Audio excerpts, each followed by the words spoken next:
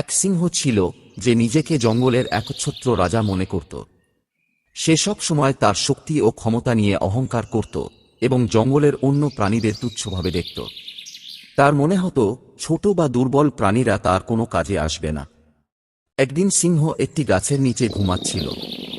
হঠাৎ একটি ছোট ইঁদুর তার গায়ের ওপর দিয়ে দৌড়ে চলে গেল।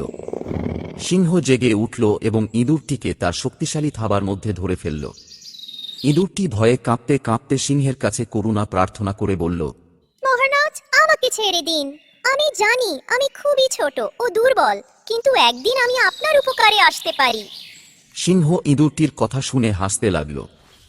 সে বলল, তুমি এত ছোট যে আমার মতো একজন শক্তিশালী সিংহকে সাহায্য করবে?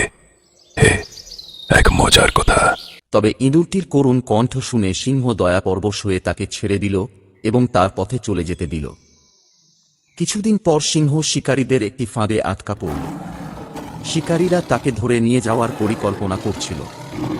সিংহ অনেক চেষ্টা করল ফাঁদ থেকে বের হতে, কিন্তু কোনোভাবেই সে মুক্ত হতে পারছিল না। সে চিৎকার করে সাহায্য চাইতে লাগল, কিন্তু জঙ্গলের কেউই সিংহকে সাহায্য করতে সাহস করছিল না।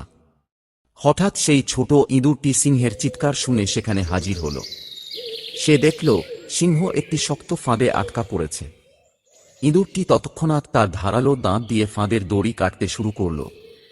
অল্প কিছুক্ষণের মধ্যেই দড়ি কেটে সিংহকে মুক্ত করে দিল।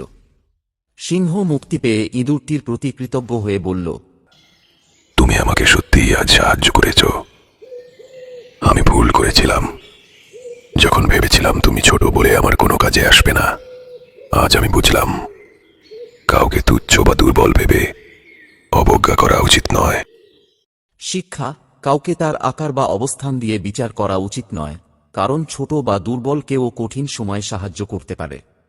অহংকার মানুষের পতনের কারণ হয়। এই মতো গল্প পেতে আমাদের বিজে কার্টুন প্রেসকে লাইক, কমেন্ট, সাবস্ক্রাইব করুন এবং পাশে থাকা বেল আইকন প্রেস করে দিন। ধন্যবাদ।